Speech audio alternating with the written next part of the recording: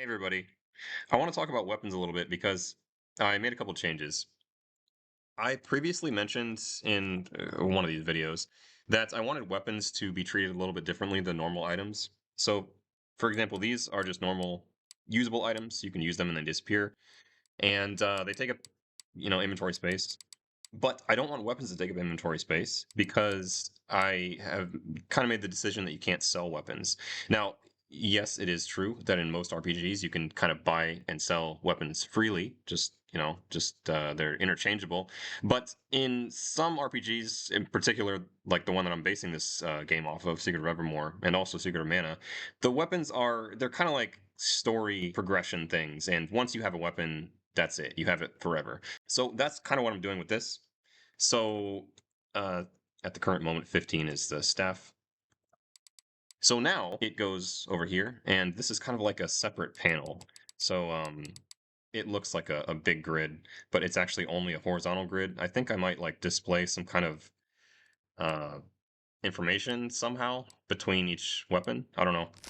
But yeah, so it has its own kind of inventory panel. Probably 4 weapons, maybe upgraded versions of each weapon, but that's essentially taking up the same slot as, 4 weapons. And I want to talk about something else with weapons because it's something that's been bothering me uh, up until now, and I had to finally make a change.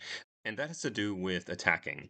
So previously, the way that attacking worked is you press your attack button and it instantly attacks. There's 1 frame of animation for attacking, only 1 frame.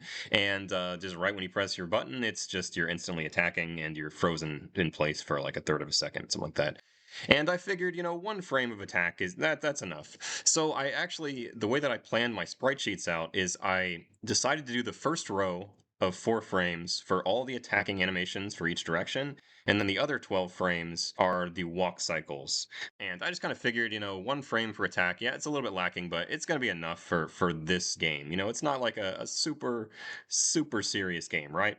Well, it bugged me. Eventually, it just bugged me because the problem with having 1 frame of attack is that it kind of trivializes combat a little bit. So I figured I would just add 1 frame.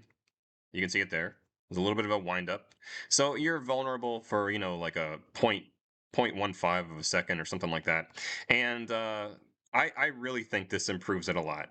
It's still not quite to the level of, if you're really doing a game like this for real, I would say at minimum you need 3 frames. But this is 2 frames. It's good enough, I think.